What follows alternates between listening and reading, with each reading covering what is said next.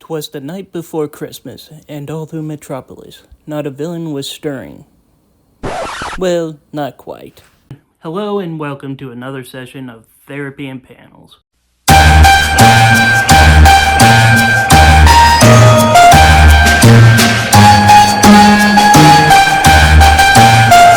Today I got ourselves a digital copy of a very special book back in the golden age of comics with Superman. Today we will be looking at a tale during the golden age of comics and the days when Jerry Siegel and Joel Shuster still worked on the character they helped create, Superman. Sadly, I wasn't able to find much else on the history of the creation of this book, so I guess it's time we take a one-horse open sleigh right into reading Superman's Christmas Adventures. Not much to say with the cover, just a yellow background with Superman carrying Santa during his night on the job, and what seems like they're losing toys during this flight. Sure hope they made it in one piece and that was the right house. The story begins with Clark Kent and Lois Lane doing a report on department stores for the Christmas season, where they meet a young boy named Billy Connolly, who is a poor kid in the slums who, due to money issues with his family, can't have a Christmas like the other children. And taken aback by the young boy, the two return to the Daily Planet and convince Perry White to start a toy drive for the needy, which gets a good word from Santa Claus. Well, with them doing the job, I guess I don't need some of you elves. Time for layoffs. Ho, ho, ho, ho. One day, as Clark is heading to work, I guess he just decided to just start invading people's privacy as he uses his super hearing and x-ray vision to notice a spoiled child being ungrateful about the gifts he received, especially destroying a present that was given to him by his father.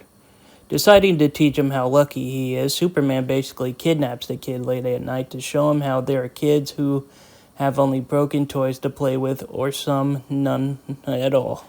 Meanwhile, at the North Pole, Santa Claus gets a visit from two individuals named Dr. Grouch and Mr. Meanie. Dr. Grouch and Mr. Meanie.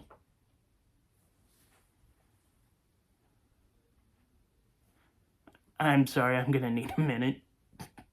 I know it's the Golden Age, but they really couldn't think of any better names. Anyway, the two of them are plotting to destroy Christmas due to having bad Christmases as children.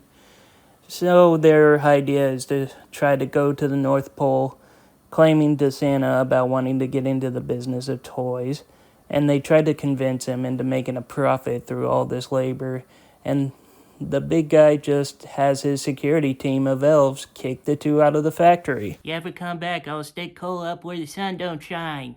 The two villains I refuse to name out of protest decide to then sabotage the toy drive at the Daily Planet, knocking out Lois and Clark pretending to be knocked out with the gas gun and setting the place on fire.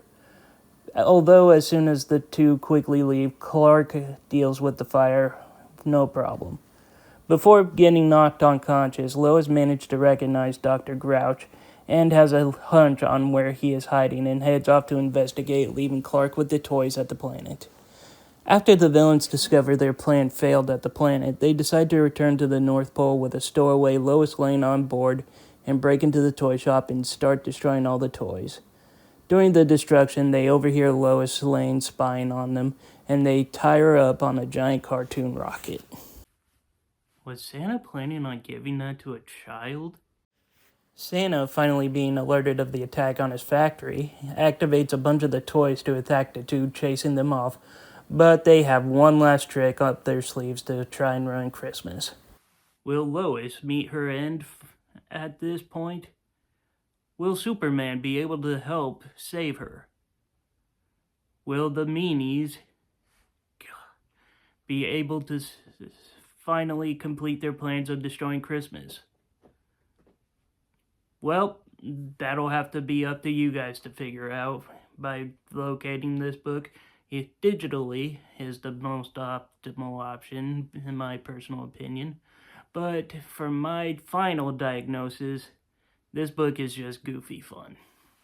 It's everything you can expect from the goofiness of the golden age of comics at the time, but it does have a nice message for kids to remember about the less fortunate than caring about yourselves.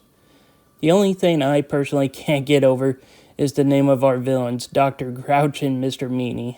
Like, really?